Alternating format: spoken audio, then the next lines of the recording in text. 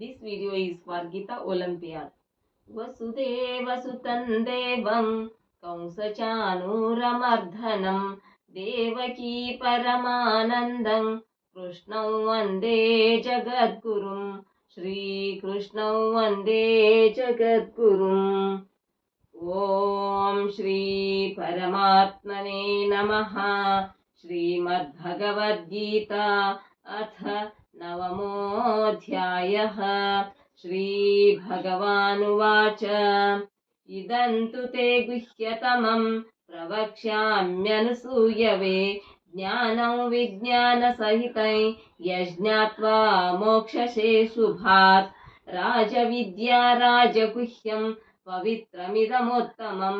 प्रत्यक्षावगमं धर्म्यं सुसुखं कर्तृमव्ययम् अश्रद्धधानाः पुरुषा धर्मस्यास्य परन्तप अप्राप्यमान् निवर्तन्ते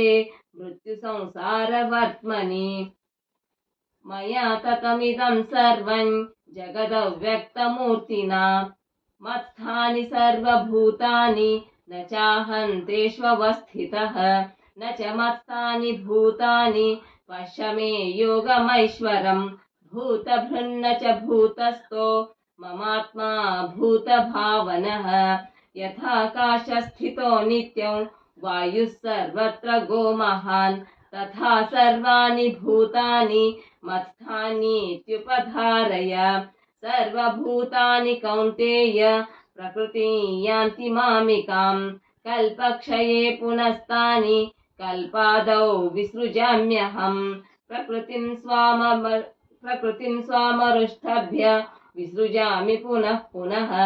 भूतग्राममिमं कृत्स्नम् अवशं प्रकृतेर्वशात् न च मान्तानि कर्माणि निबध्नन्ति धनञ्जय उदासीनवदासीनम् असक्तं तेषु कर्मसु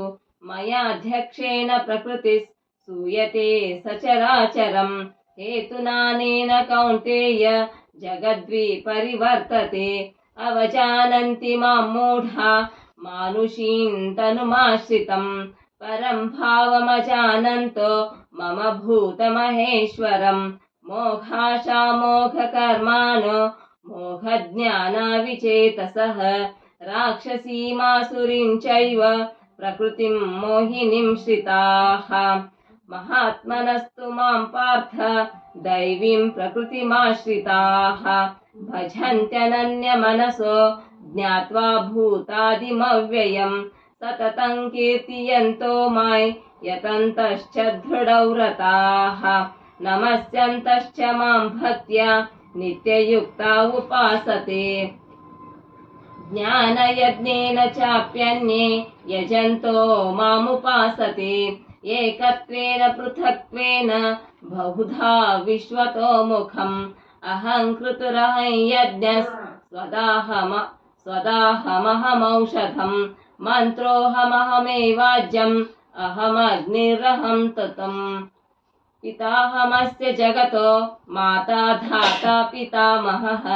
वेद्यं पवित्रमोङ्कार ऋक्सामयजुरेव च गतिर्भर्ता प्रभुः साक्षी निवासः शरणं सुहृत् प्रभवः प्रलयस्थानं निधानं बीजमव्ययम् तपाम्यहमवर्षन् निगृह्णामुत्सृजामि च अमृतं चैव मृत्युश्च सदसच्चाहमर्जुन त्रैवेद्या मां सोमुपापूतपापा यज्ञैरिष्ट्वा स्वर्गतिं प्रार्थयन्ते ते पुण्यमासाद्य सुरेन्द्रलोकम् अश्नन्ति दिव्यान् दिवि देव भोगान् ते तं भुक्त्वा स्वर्गलोकं विशालं क्षीणे पुण्ये मर्त्यलोकं विशन्ति एवं त्रयी धर्ममनुप्रपन्ना गतागतं कामकामा लभन्ते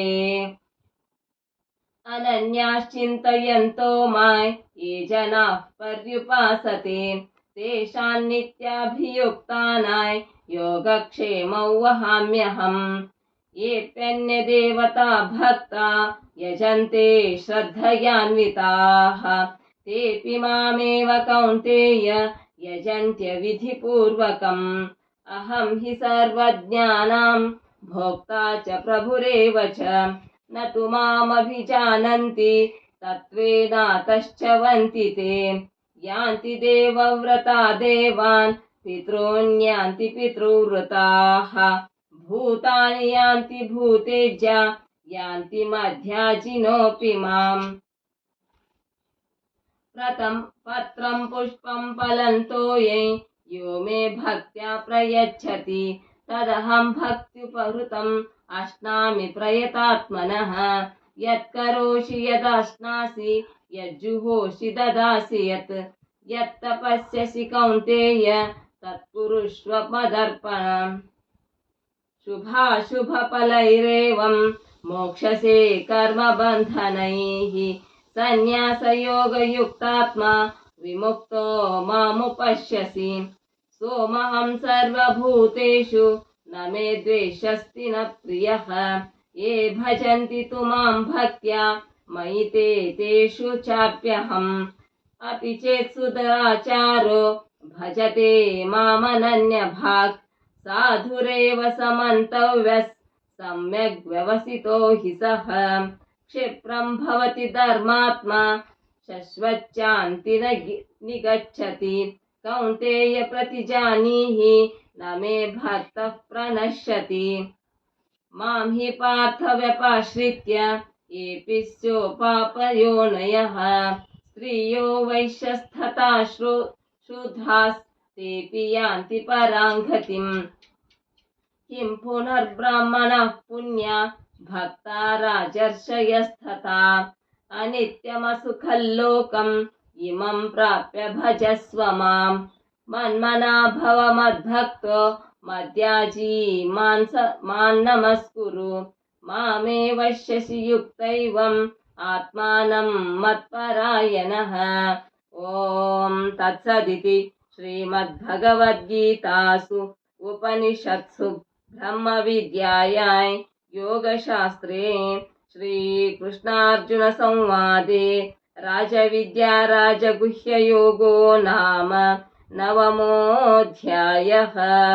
ॐ श्रीकृष्णार्पणमस्तु। योगेशं सच्चिदानन्दं वासुदेवं व्रजप्रियं धर्मसंस्थापकं वीरं कृष्णं वन्दे जगद्गुरुं श्रीकृष्णं वन्दे जगद्गुरुम्।